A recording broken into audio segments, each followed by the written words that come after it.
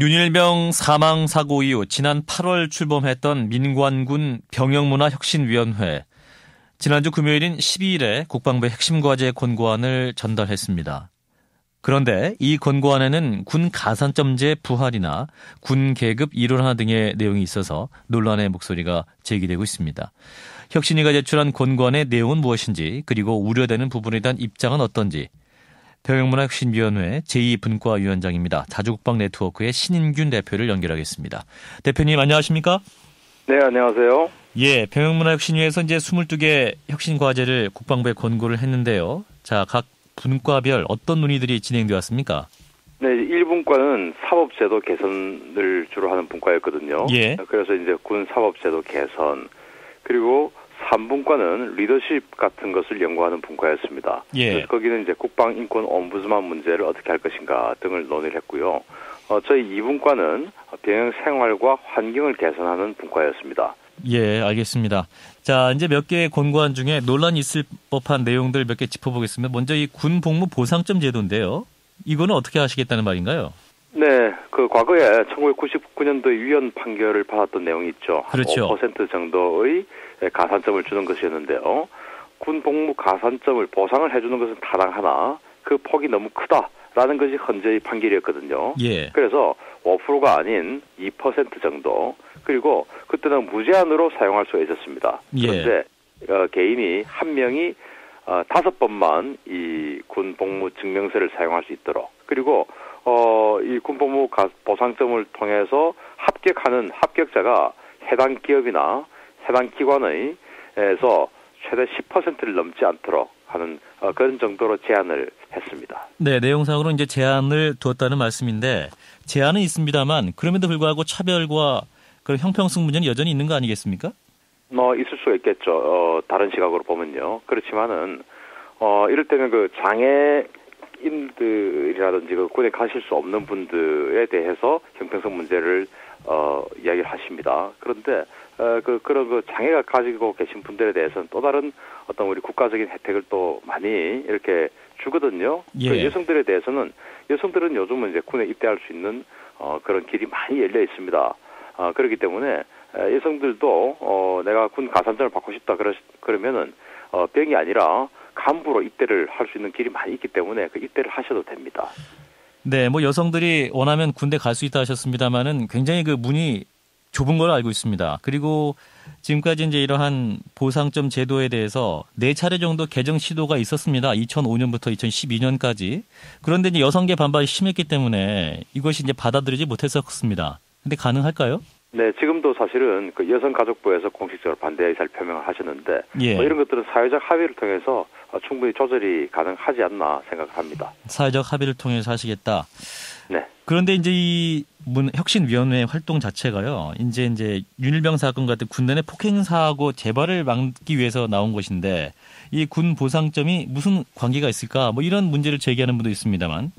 네, 이게 아무나 다 준다는 것이 아니고 지금은 성실 복무자에게만 보상점을 준다라고 저희들이 만들었어요. 대부분의 그 제대 군인에게 주는데, 그러다 윤일병을 폭행해서 사망케 한 이병장 같은 그런 사람에게는 줘서는 안 되잖아요. 이렇게 성실하게 복무하지 않고 위법을 한 그런 군인에게는 보상점을 주지 않겠다. 즉 이런 것들이 또는 병영의 가혹 행위를 막는 하나의 억지력으로 작용할 수 있다라는 판단도 같이 했습니다. 예, 우수한 병사가 아니라 성실하게만 복무할 경우에 이러한 보상점 제도를 도입하시겠다 이런 말씀인데, 또 관심 가는 부분이 이제 병사 계급 단순화 문제인데, 그러니까 이제 일병, 상병, 이병, 병장 뭐 이런 병사들 계급이 없어지는 겁니까? 네, 저희들이 초안은 그랬습니다. 예. 진짜 법대로 병은 서로 간의 서열을 존재하지 않는다라고 규정되어 있기 때문에 예. 그런 것들을 일단은 동기 그리고 실제적인 계급 이 모든 것을 없애는 것을 골자로 처음엔 했었습니다. 그러면 계급에 뭐가 남는 건가요? 임무만 남죠. 이를테면 영국군이나 러시아군 같은 경우는 계급이 없어요. 다 계급이 하나입니다. 그런데 자기 임무를 열심히 하는 겁니다. 분대장 같으면 분대장의 임무, 소총수면 소총수의 임무, 그 임무만 열심히 하면 되는 것이지. 그런데 꼭 내가 병장이기 때문에 난 좀 더 편한 걸 해야 돼. 이건 잘못됐다라는 것이었죠. 예, 뭐 결국 뭐 실효성 문제가 아니겠습니까? 일선 병사들에게는 또 서열이 굉장히 중요한 상황이기 때문에 어떻게 보세요?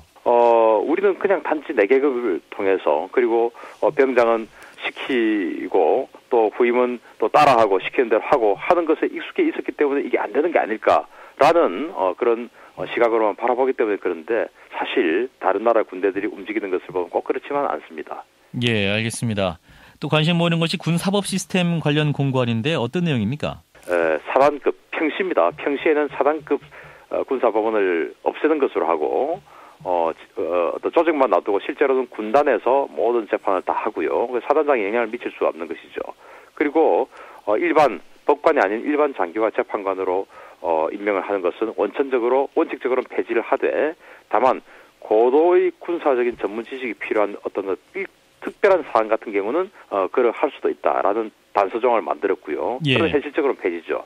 그러면 네. 이제 군단장, 사단장, 군사법원 요 사이에 사단장이 없어지는 건데 결국 큰 틀에서 보면 군단장이 관리한다는 것은 큰 의미에서는 바뀐 게 없는 거 아닌가요? 아니죠. 그러나 군사법원은 그 조직을 유지를 해야 되고 예. 이를테면 군단장이 사단장 3명이나 한 5명 정도로 관리를 하거든요. 그렇죠. 그런 군단장이 사단장 1명의 어떤 인사를 봐주기 위해서 법원에 영향을 미친다.